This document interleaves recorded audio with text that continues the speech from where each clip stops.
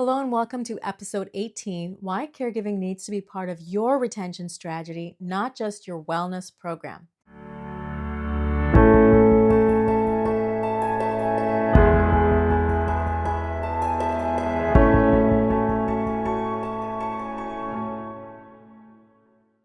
I'm Dr. Anna Thomas. I'm a physician, caregiver advocate, and founder of Life Care Leadership. This podcast is for professionals who are doing the impossible. They're balancing work, life, and care. Whether you're a caregiver yourself or a leader supporting a team that includes caregivers, this space is for you. Each week, we unpack real strategies, leadership insights, and mindset shifts to help you thrive, not just survive, in the age of caregiving. Let's get into it.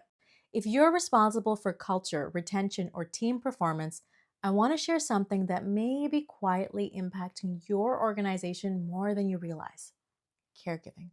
More than half of working adults, they're managing some form of caregiving. And while it may not show up on an organizational chart or performance dashboard, it shows up in productivity, engagement, and turnover. So today's question is this: why should caregiving be part of our retention strategy, not just a wellness perk? So let's talk about it. When most companies think about caregiving, it gets filed under employee wellness, a benefit, a nice to have, an add on. But here's the truth: caregiving is one of the top reasons employees leave, not just in crisis, but quietly, over time. They scale back. They decline promotions. They disappear from leadership pipelines, or they leave entirely because the system didn't make room for their reality. This is not just a wellness issue, it's a workforce issue. But here's the good news: it's solvable if you lead with strategy, not sympathy. Here are 3 ways to move caregiving from a wellness add on to a retention asset. Step 1 is to shift from invisible to acknowledged. Caregivers often don't disclose their role because they fear judgment, missed opportunities, or being seen as less committed. But when leadership brings caregiving into the open, it changes everything. You can try simple, non invasive language like, "We know many employees are supporting loved ones while working, and we're committed to supporting you." When people feel seen, they stay. Step 2 is to rethink flexibility with function in mind. Most organizations already offer some form of flexibility: remote work, flex time, PTO. But caregivers don't always access those tools, and it might be because the language doesn't fit their needs. So you want to make it specific. You might add elder care or family caregiving into the policy language. You might offer examples of how leave or schedule adjustments can apply. You want to equip your managers to have confident conversations about it.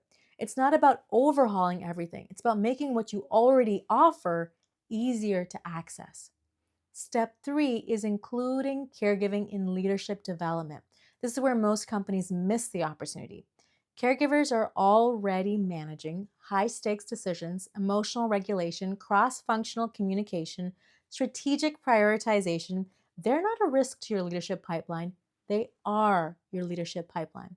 When you support them with structure, resources, acknowledgement, you retain not just talent, but capacity, leadership capacity. If you want to turn this insight into action, here's how I can help.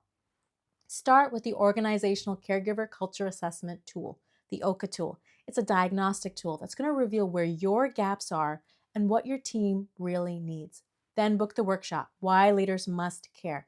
I'll train your managers and your leadership teams on how to retain caregivers with clarity, with empathy, and performance in mind. And if your team is navigating high pressure seasons, check out Lead to the Storm, a crisis leadership workshop rooted in sustainable team function. You can find all of these at lifecareleadership.com or in the links below.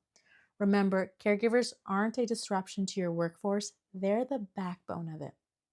So retention, it doesn't start with a new benefit. It starts with a culture that knows how to see, support, and sustain caregivers as leaders. Thanks for being here. Subscribe, like, and share this with your team. And join me next week. Remember, you've got this, and I've got you.